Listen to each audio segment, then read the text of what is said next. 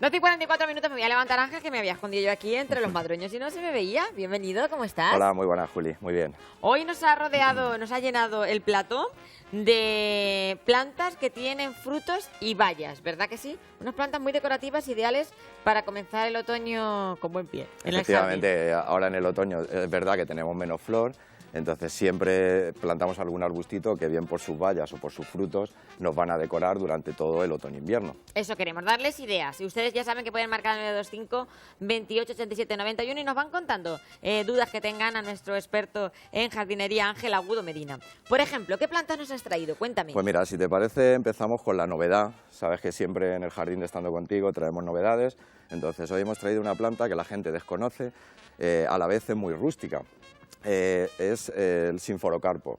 Sinforocarpo, o conocido vulgarmente como lágrimas de la Virgen o perlas de la Virgen. Perlas de la Virgen o lágrimas de la Virgen. O bolitas de nieve también he leído yo que también se llama. Bolitas de nieve. ¿Dónde ubicamos esta planta? Es una planta que la debemos de ubicar en semisombra. Es una planta que es caduca, nos va a tirar la hoja, pero el fruto nos lo va a conservar durante todo el otoño-invierno. Florece en verano y ahora nos hace el frutito y todo este fruto nos lo mantiene durante todo el otoño y el invierno. No se come, ¿verdad? No, son bayas. Aunque llamen la atención, no se comen. Desde luego son muy bonitas, incluso pueden tener un efecto hasta navideño, ¿verdad? Claro, ahora de cara al otoño, al invierno, a la Navidad, siempre queremos plantar plantas que tengan o bayas o frutos. Entonces, una de ellas sería el sinforocarpo. ¿Y qué cuidados necesitan las perlas de la Virgen? Pues hay que ubicarla en un sitio de semisombra. Hay que tener en cuenta de hacer un buen drenaje para que no haya un encharcamiento en la raíz.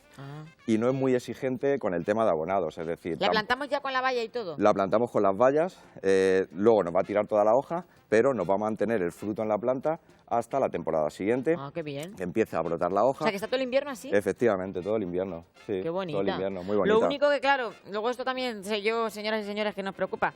¿Se caen muchos frutos y se pone todo perdido? Ahí, el sinforocarpo sí que me atrevo a decirte que es una planta que el fruto te lo mantiene muy bien. Ah, o sea que no se cae. Efectivamente, no es una planta de la que la toques o la muevas un poquito y se caiga el fruto, al revés. El fruto está bien agarrado a la planta. Oye, pues y es preciosa, lo mantiene durante todo, todo el invierno. Poner perlas de la Virgen me ha gustado un montón esta planta. Es muy bonita y además que tiene un color como rosa. ¿Cambia también el color de la valla? Si te das cuenta, primero lo hace blanco y luego lo colorea. De ahí lo de bolitas de nieve, que rosita, se llame. Claro, al principio es más blanco y luego te lo va haciendo en los tonos rosita. Más plantas que nos has traído de estas características. Pues piracanta. La piracanta. Se conoce como planta ardiente. Estas son las que están en las rotondas, ¿no? Sí. Y en las medianas. Sí, es una planta que es muy rústica. Ya hablamos en el día de los setos que la podíamos emplear para hacer un seto un poco más agresivo por los pinchos que tiene, pero es una planta muy decorativa. ¿Y por qué se ponen estas en las rotondas? Es una planta muy resistente. Claro. Entonces, imagínense estando todo el día al sol. Necesita muy pocos cuidados. Entonces, ya. siempre cuando para el mantenimiento de esa rotonda siempre hay que poner plantas que tengan un mantenimiento, bajo mínimo. Y a la vez nos decora mucho con los frutitos. Los podemos ¿Siempre encontrar... son amarillos los frutos? No, los podemos encontrar, los frutos de la piracanta los podemos encontrar o rojos, o naranjas, o amarillos. ¿Y el cuidado? ¿Esta planta está al sol? Es una planta muy rústica. Es una planta que terrenos no necesita unos terrenos ricos. Las plagas y enfermedades es una planta que no le ataca mucho. No le ataca nada. Y sí que se adapta muy bien a la sequía. Es decir, no es una planta que nos pida mucho agua. Pues por lo tanto, es ideal para ponerla en la rotonda. Más primas, ¿qué has traído? Por otro lado, hemos traído Arbutus unedo o madroño. Los madroños. Madroño. El madroño, ¿por qué? Fíjate, el oso y el madroño, ¿verdad? Que vemos todos cuando vamos. ¿Por qué se conoce como, a la Puerta del Sol? ¿Por qué se llama Arbutus unedo? Lo de Arbutus viene a decir un poco como pequeño arbolito. Unedu. Arbutus quiere decir pequeño arbolito y unedo quiere decir comer solo uno. Porque los frutos, si los comemos, ingerimos frutos, lleva alcohol. Entonces nos produce una embriaguez y a la vez dolor de cabeza. Por eso se conoce como unedo, comer solo uno. Claro, porque además yo recuerdo que antiguamente, he leído, que antiguamente sí que el madroño se utilizaba para hacer distintos tipos de destilaciones de licor. Sí. Ahora también se utiliza para hacer mermeladas, por ejemplo. Claro. Pero claro, ustedes no les ha pasado ir, por ejemplo, por el campo de excursión. A mí me pasó una vez haciendo un reportaje por la zona de Cabañeros y me comí 2 o 3 madroños, que están buenísimos, ¿eh? Sí, están buenos. Y me puse un poco tonta. Se nota, sí, se nota. por eso... Que luego te duele la cabeza, ¿eh? Por eso volvemos a lo de Unedo, comer solamente uno. Pues porque uno. si te comes No sé, muchos, comen te ustedes produce muchos una madroños. embriaguez, claro. También muy navideña esta planta, Efectivamente, ¿verdad? si te das cuenta ya empieza a echar la flor del madroño es esta, y después de la flor nos va haciendo los frutitos, que nos los hace, o bien primero nos hace naranjitas y luego nos los madura en color rojo, por lo tanto es muy decorativo en nuestro jardín. Pues es precioso. Ahora seguimos hablando del madroño, pero antes vamos a ir hasta Numancia de la Sagra porque nos está esperando allí nuestra amiga María Fernanda. María Fernanda, buenos días. Hola, buenos días, guapa. Buenos Mira, días. Quería saber cómo se puede sacar esquejes de un, ¿cómo se llama? Jazmín. De un jazmín, pues de te un lo jazmín. voy a Haga el contar, favor. Ángel. Ángel, ¿cómo sacamos esquejes de un jazmín? A ver, en principio el jazmín vamos a tener en cuenta de hacer los esquejes de cara a primavera. Ah. ¿Vale? Entonces lo Hay que que vamos a esperar. hacer es coger un tallo que sea semileñoso, siempre hablamos de semileñoso porque no nos interesa que sea o un tallo viejo o un tallo muy joven. Entonces cogemos un tallo semileñoso, cortamos como unos 10-12 centímetros, hacemos unas incisiones en la base para que incitar a que la planta nos emita raíces por ahí, y eso lo impregnamos en hormonas de enraizamiento. Lo pasamos a turba rubia y ahí controlamos un poco la humedad y le damos un poco de calor en la raíz. Y ahí, a finales de la primavera, a principios del verano, podemos tener el esqueje del jazmín. Pues ya está, pues tienes tiempo, María Fernanda, de hacerlo para tener a tus jazmines preciosos. Gracias. Muchísimas gracias a los dos. A usted, Gracias. preciosa, muchísimas gracias. Bueno, ahora vamos a tener, Ángel, ¿te parece una ronda de llamadas de gente que nos está preguntando? Y yo te voy a ir haciendo esas consultas para que tú me vayas respondiendo. Por ejemplo, nuestra amiga María Rosa nos llama desde Fuensalida. Tiene un poto y se le ponen las hojas amarillas. Vale, lo del poto siempre recordamos un poco de pensar un poco en el estrés hídrico que hacemos. Es decir, cuando a la planta la sometemos a un exceso de agua, la planta nos lo refleja con un amarilleo. Entonces, siempre hay que tener en cuenta que primero nos vamos a basar un poco en controlar el agua. Muchas veces también el amarilleo puede venir generalizado por falta de abono, en este caso muchas veces de nitrógeno. El nitrógeno es el encargado de hacer la función de que la hoja esté verde, entonces muchas veces si la planta no tiene nitrógeno o no encuentra el nitrógeno, nos lo refleja en un amarilleo. Por lo tanto, primero controlamos el agua de riego y si no fuese eso, hacemos un abonado que sea rico en nitrógeno o un abono específico para plantas verdes, puesto que el contenido que tiene todo el abonado es ideal para ese tipo de plantas. Pues ahí está la respuesta. También nos preguntaba Carmen, desde Mora, ¿cuándo tiene que pogar los geranios?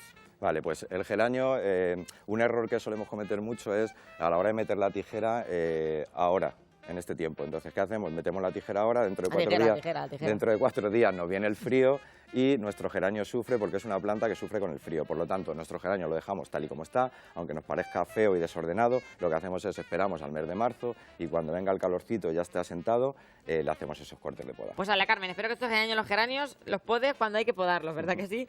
Y desde Albacete, Juana nos preguntaba que cuándo tiene que podar la palmera.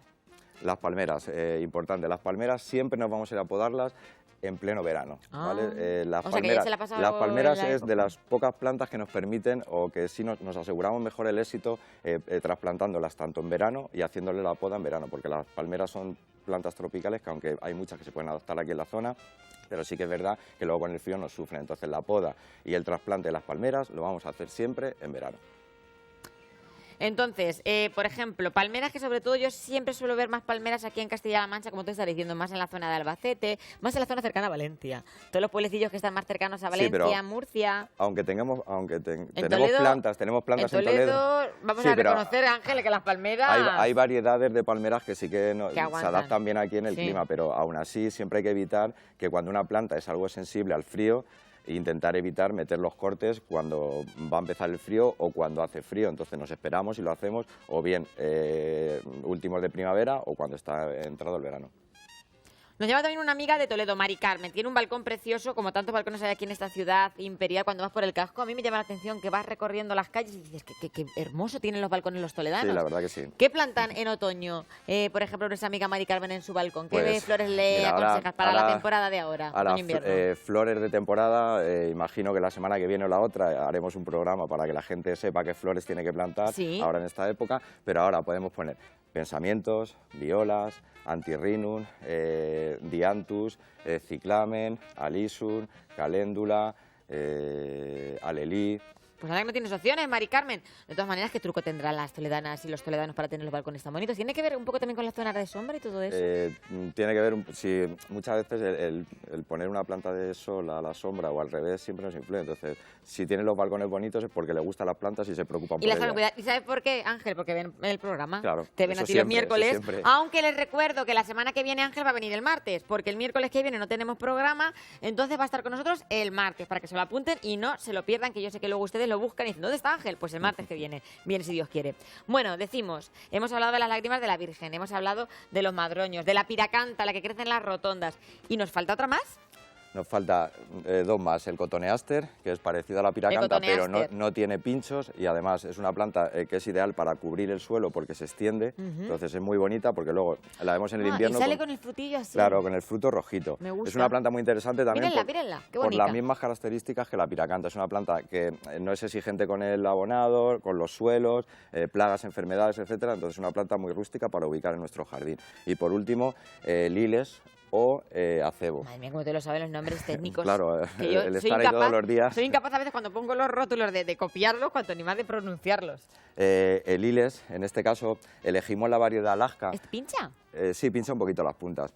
Dentro de toda la gama de liles, nos tiramos más o nos decantamos más por el liles Alaska, porque el liles Alaska es de las variedades que más fruto nos dan.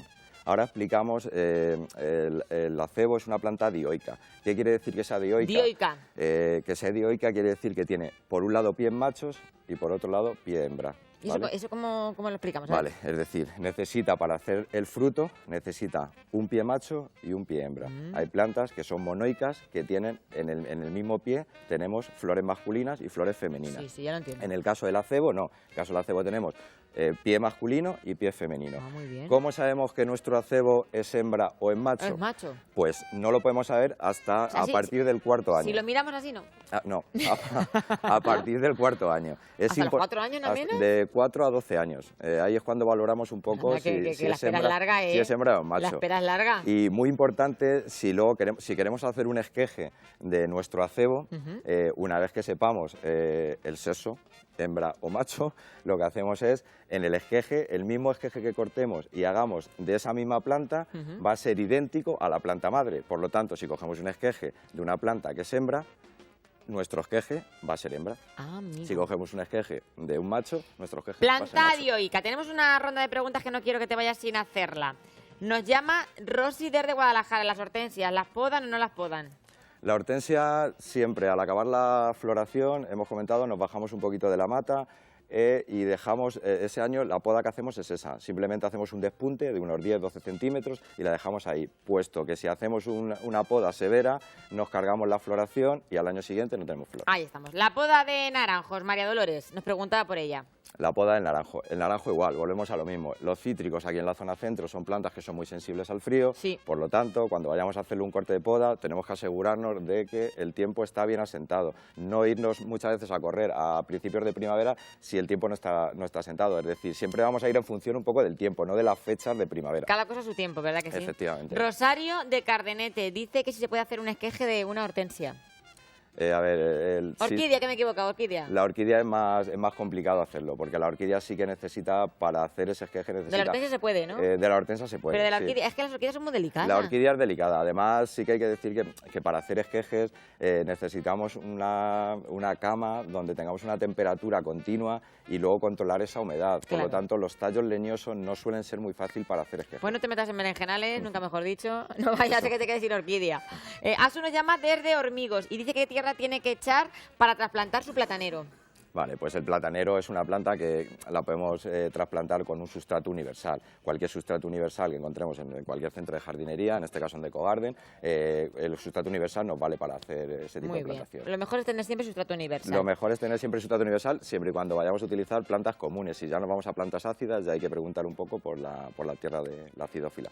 Pilar nos llama desde Membrilla, en Ciudad Real, y nos dice si el abono líquido, el que compramos, caduca. ¿Caduca? A ver, el abono líquido, siempre y cuando lo tengamos en un sitio que esté fresco y no esté en contacto con una humedad, no caduca.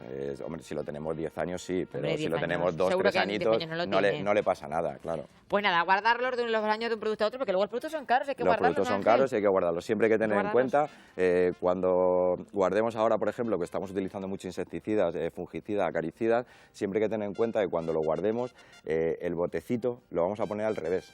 Porque si no lo ponemos al revés, luego se nos pega todos los excipientes Amigo. abajo y se nos Boca abajo, joroba. entonces. Sí, ¿Te gusta la ronda de preguntas? sí, claro. Y lo mejor de todo, que se lo digo yo, que aquí no hay nada preparado. O sea, que van entrando las preguntas y las va contestando sobre la marcha. O sea, que esto es asalto total. Claro, claro. Ángel, el gran experto en jardinería que tenemos en Gracias. Estando Contigo. Muchas gracias, Ángel. Gracias a Nos vemos vosotros. el martes. El martes vuelve Ángel. El martes No estaremos se les aquí. olvide.